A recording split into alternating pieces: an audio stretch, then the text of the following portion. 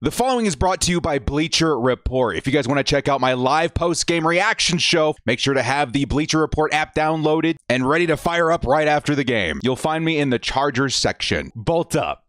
Yo to Bolt fam, it's the director here on Bleacher Report. I've got the very unfortunate duty of addressing the Bolt fam community after what is probably going to end up being the biggest smackdown versus the Chargers in the 2024 season. Man, what went wrong for the Chargers versus the Buccaneers, who honestly, we gave a lot of credit. We knew the offense was going to be very good. They've been probably one of the best offenses of the season so far. They've really been heating up since Mike Evans came back. But we gave ourselves a really solid chance. Honestly, I thought we were going to win this game. I think my score prediction was 24-20. But ultimately, it just feels like the Chargers, they imploded today. There's a lot of different weaknesses on the roster that can be attributed to what ultimately became the biggest loss of the season. And that is unfortunate.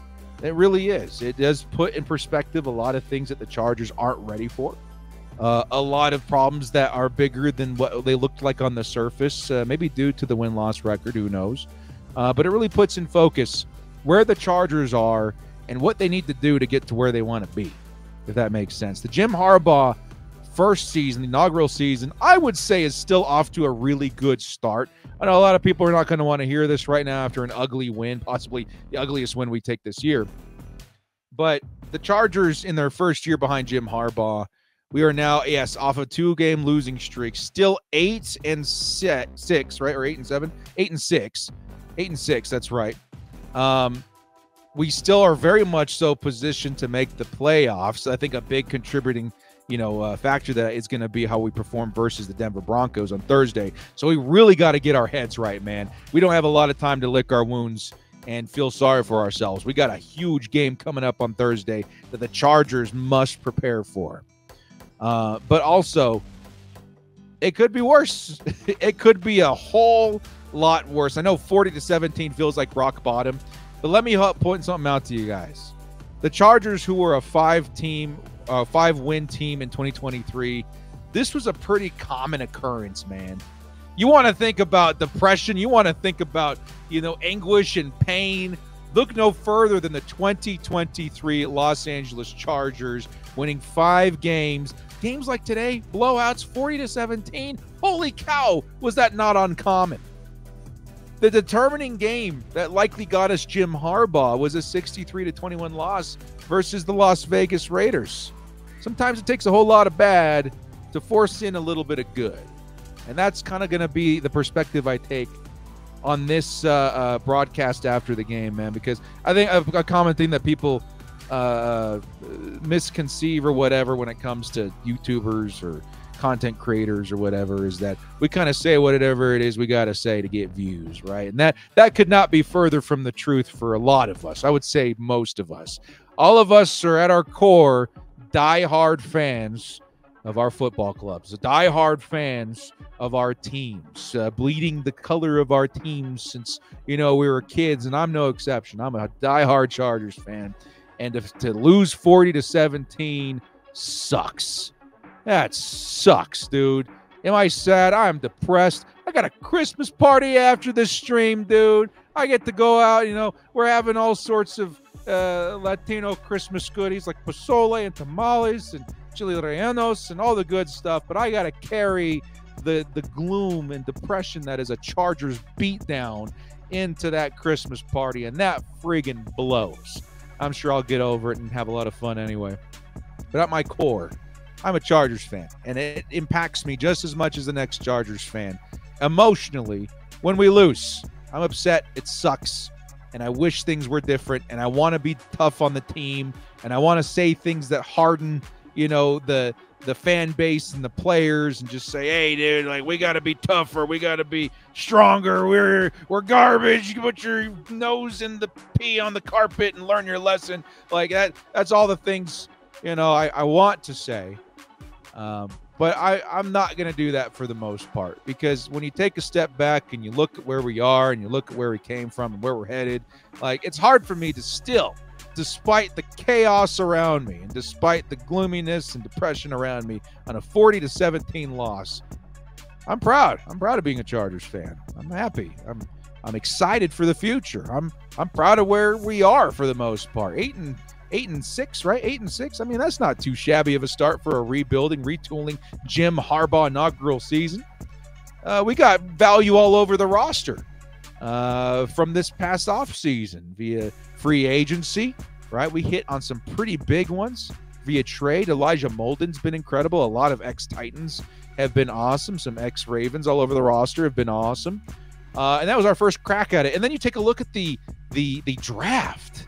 My word, did we get some hard-hitting value corners out of that draft. Tarheeb still logged yet another interception this week. He's looking to be one of the best rookie corners in this draft class, which had some pretty good talent at the top, right, in the first couple of rounds. It's Tarheeb still. And he's been amazing. Cam Hart, who unfortunately went down with a concussion in this game, he's been awesome as well. The Chargers pulled from a very valuable, 5th and 6th round picks, some awesome starting corners for a long time. And that was, again, Joe Hortiz's first crack at it. Now, if I were to give some criticism to Joe Hortiz on his first season, it's that you probably should have pulled the trigger on some players at the trade deadline. And it's not because we need something to happen every single week. We blindly want whatever we can get as Chargers fans in terms of excitement, but because the Chargers are leaning on one of the best defenses, at least they were, in the NFL. I don't know if we make it out the other end as still as the top scoring defense in football, but that's something I kind of wanted to double down on. The Chargers were in desperate need of pass receivers, interior offensive line, if you could find it, maybe even a tight end, something could have helped tip this team in favor of being a better offensive unit in 2024. We decided not to do that, and I think that was probably not the right call. But outside of that, to be clear, Joe Hortiz has been a tremendous upgrade over Tom Telesco. And again, I hate that Tom Telesco's with the Raiders. It makes me not want to speak highly of him because just no. But, you know, he had his ups and downs with the Chargers. He brought us Justin Herbert and Joey Bosa and Derwin James, and there's some good that came out of it. But for the most part, I view right now, even after the first season under Joe Hortiz, potentially being a big upgrade. The value has been tremendous, and I think a lot of it has to do with the coaching. I think Jim Harbaugh and company have been a tremendous value to these players that are seeing, you know, awesome seasons despite not being, you know, high draft, capital picks. But it's indicative of what the Chargers' future could look like. And that's sort of what I want to focus on, even after a 40-17 loss to the Tampa Bay Buccaneers. I want to talk about the tomorrows. I want to talk about the rest of the season a little bit. We have a kind of a difficult road ahead in terms of, you know, what if we, you know, what do we need to do versus the Broncos? How is that sort of shaking out? Like, the Chargers still very much so positioned for the postseason, have a huge game coming up on Thursday. So let's kind of get into it, man. First off, just to kind of put a bow on it, the Chargers lose to the Tampa Bay Buccaneers 40-17. And to put it very lightly, it feels like it's that one game, right? I think everybody has at least that one game. Chargers of the past had several games like this, but that one game where it's like, hey, it started falling apart, slipping through your fingers, and they just never found their footing again. This is an uncharacteristic game for the Chargers defense, I will say. You take a look historically this season for the Chargers, they've been one of the best defenses in football. Today, it just did not work out. And the Chargers, without a top-tier defense, are not a good football team, unfortunately. It shows just how important this defense has been to the Chargers' success so far. You need not just a good, not just a great, but an elite defense to be a contender if you're the Los Angeles Chargers, and they just did not show up today. And the lack of elite play from the Chargers defense turned into what was a disastrous 40 points scored, despite 2 takeaways, which is even worse. It just shows that the Tampa Bay Buccaneers, who we knew was a very good offense, when you put them toe-to-toe versus a very good defense, they won. And was it a stumble? Was it a one-off? Was it an anomaly? We don't know yet. but it certainly kind of feels that way as a Chargers fan. Because when you take a look at the data and you take a look at the rest of the games this season matched up against this one, this feels like the outlier. It feels like this is probably not going to happen again.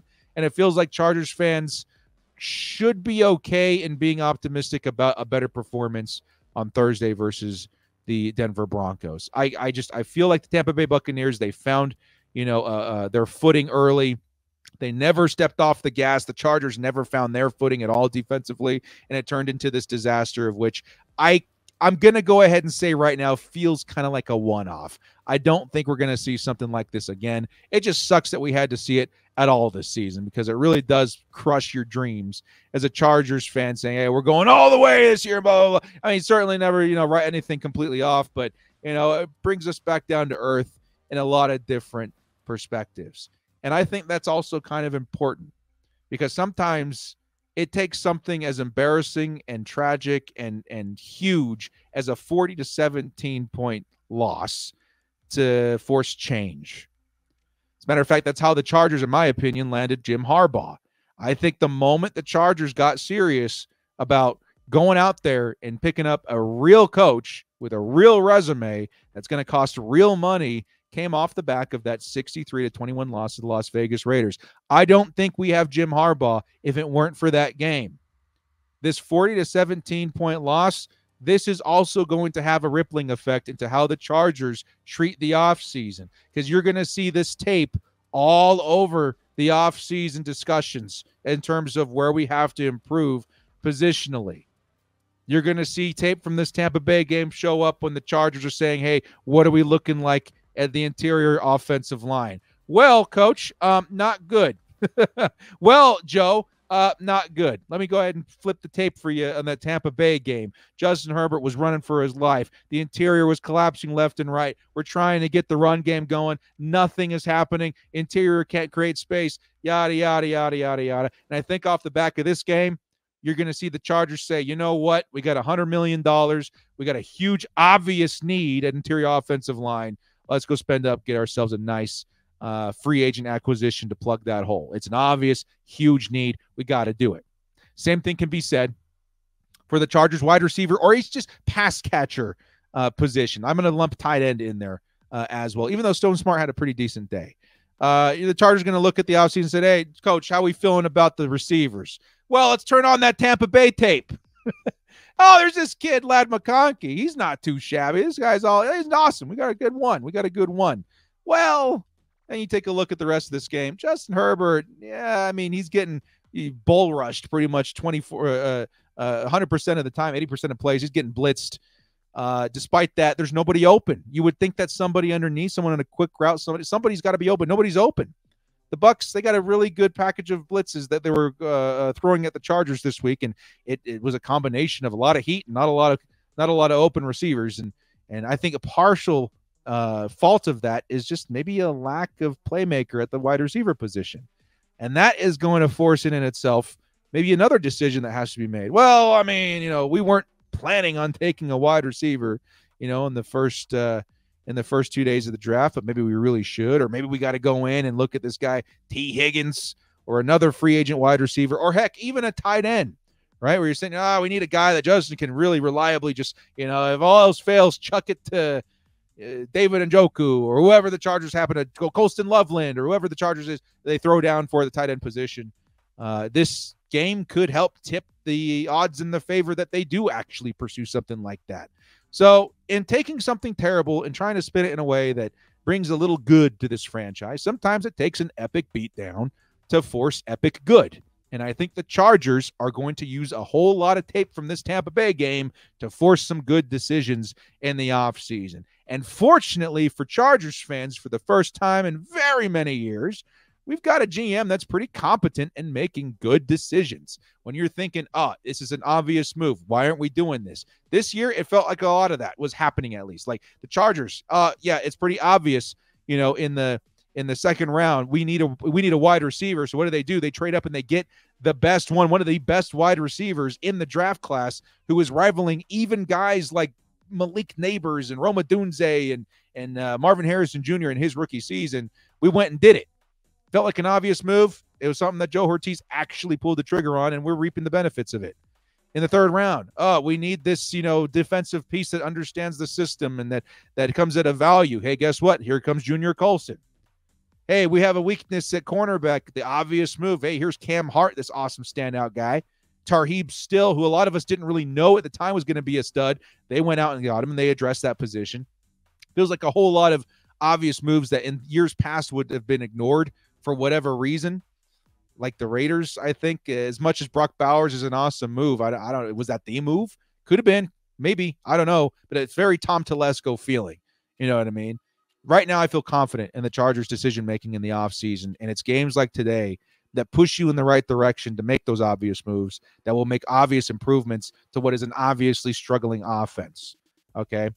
That being the case, the Chargers have a pretty tough Thursday night football matchup coming up on versus the Broncos. And that's something that we need to, as much as we want to look at the future and say, hey, we're going to see some good pieces added and all that, we still have the now. We still have a pretty big season with a lot of what could be viewed as a success in front of us. And it, I think, starts with the Broncos on Thursday night. This team, in my opinion, to go from what was a very disappointing, lackluster, and let's be honest, kind of dog water Brandon Staley era Chargers, to turn that around and be a successful football team, I think to convince everyone, yourselves included, about that, you got to be a double-digit win team. And the Chargers are very close to doing that. I was hoping they were going to grab their 9th win this week. Obviously, that didn't happen. But then you take a look at the rest of the schedule. Broncos, Patriots, Raiders. You would hope that they can win 2 of those games in order to make a statement on their first season of Jim Harbaugh. And I think it's very much so possible. But even above that, and this is what they're going to be thinking at the Bolts. This is what they're going to be thinking on the field, in the tape room or the locker room, everywhere. In the Chargers facilities, they're going to be thinking about what the implications of a Chargers win or loss versus the Broncos on Thursday means for their playoff hopes. That is a massive, massive game. And unfortunately, the Broncos at this point, they've got the momentum. They were looking pretty shaky versus the Indianapolis Colts early. They end that game, 13-31. Yeah, they're going to be the hot hand coming into that week, man. That's going to be very, very difficult. The Chargers now off of 2 very disappointing losses, be it a very close game versus the Kansas City Chiefs, followed by a blowout versus the Tampa Bay Buccaneers. It's going to be a tough bounce back, but it's one that I believe the Chargers can do. I think that defense can get back to form versus Bo Nix and the Denver Broncos. I think we can get back to the sub 20 points allowed sort of identity that they've had this year. And I think that does ultimately give them a really good shot of winning that football game. But it's a very, very important game for the Chargers to lock down. Because quite honestly, I don't know if they make the postseason if they lose versus the Denver Broncos, not just because they're a division rival, but because, the climb is here, the deficit is here, the brackets are here. Like it's all here. It's playoff time, man. It's playoff football time. And it's definitely not the moment to stumble at this point. I'm just looking really quickly at the Broncos' remaining schedule. They play, fortunately for us, and this does give us a little bit of bumper room here. They just beat the Colts. They're about to play us, which if we win that game, I think we're pretty firmly, in the conversation of staying above the Broncos. But after that, they play the Bengals, which is a very tough matchup. And then they close the season out versus the Chiefs, which is also a very tough matchup. So looking at the rest of their season, I think the Chargers, if they survive a game on Thursday night, very short week, very tough loss versus Tampa Bay, I think we're in a very good position to stay ahead of the Denver Broncos. But again, I don't like being in this position to begin with. I was hoping the Chargers could catch at least one more win versus a tough team, whether it be, the Ravens or the Chiefs. Tampa Bay, I did consider a very tough team, but that hasn't happened yet. Fortunately for us, though, paint it ever which way you have to. The Chargers do have a pretty nice schedule to close out the season. The Broncos, a very big game. After that, it's the Patriots and it's the Raiders. And those should be wins. If you catch a loss in those games, it's going to be a tough offseason for you. And that kind of helps me into my last bit right here. And I want to talk more about the offseason, which you're going to have to wait, I guess. I'm going to have plenty of offseason content in terms of what positions to look for, what players. It's a heck of a running back class. It's all that kind of stuff that can really help build this Jim Harbaugh offense and defense and identity, but that's going to have to wait because the Chargers, when you take a look at the future of the team post the regular season, I feel like, once again, if you're looking for a step in the right direction and a statement at the end of the season, what do I believe the Chargers are at the end of the year if they end with double-digit wins? To be clear, that at the very worst, that means I need them to be 10 to 7 losses, which I feel is very, very reasonable. Make it into the postseason. That's really all I care about at this point. If the Chargers can go from a 5-win team to a 10-win team and a playoff caliber team, then we are stepping in the right direction.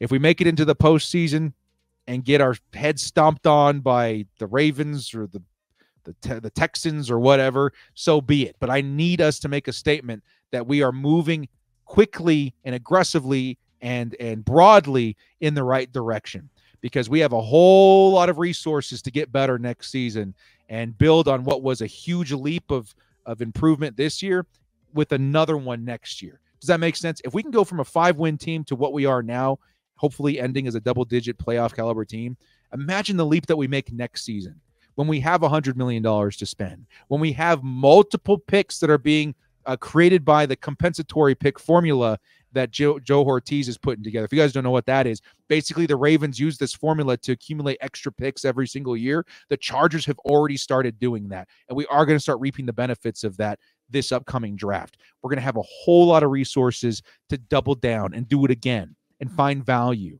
and understand the draft class better than anybody else because of Jim Harbaugh's recent run in college football. There's a whole lot of good in front of us. We just got to steady the course. You know what I mean? And that's why, even despite a day where the Chargers lose 40-17 and it's embarrassing and I'm pissed off and I got, family functions that it's going to distract me for and I'm upset. Like, even despite all of that, I'm still excited about what Chargers football means tomorrow. Stay focused. Keep your heads on straight. Lick your wounds. Focus up and get back at it, because it's going to be a short week. Very big game on Thursday, but a lot of excitement, even to think about past next week and the week after that and the week after that. This is a good football team. We're on the right track. We just need, sometimes you need losses like this to reevaluate, refocus yourself, and make good decisions going forward. And hey, maybe a loss like this puts the Chargers' effort and perspective in such a serious, turn of course that we do find a way to take it out on the Broncos a little bit Thursday, because we're going to need that kind of attitude to take down Sean Payton in that primetime football. Well, guys, thank you so much for joining me. This has been The Director. If you like what you saw here, hit us up with a like and follow here on Bleacher Report. We'll see you next time. As always, bolt up, stay frosty, and keep your head on, or keep your head and chin held up high, Chargers fans. It'll be all right. Sometimes things happen. Losses like this happen. Be mad today, bolt up tomorrow, but let it be known we're heading in a very good direction. And let's also acknowledge that while also being upset about a loss this big. All right? All right, bolt up, baby.